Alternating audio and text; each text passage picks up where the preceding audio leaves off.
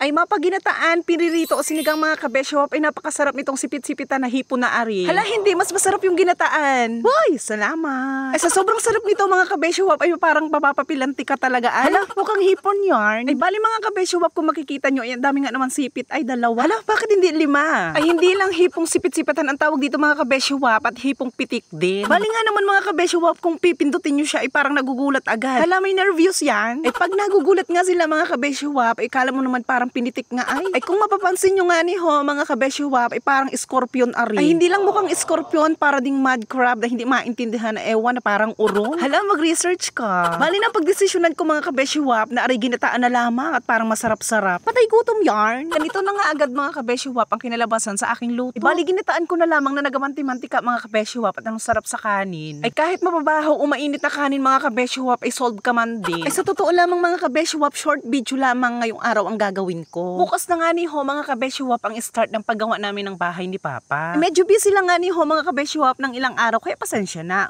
Sa mga solid supporter nga ni ho, mga sharer at nagko-comment at nagre-react sa aking video mga kabeshop, ay maraming salamat. O siya, hanggang dito na lang mga kabeshop. Bye, salamat.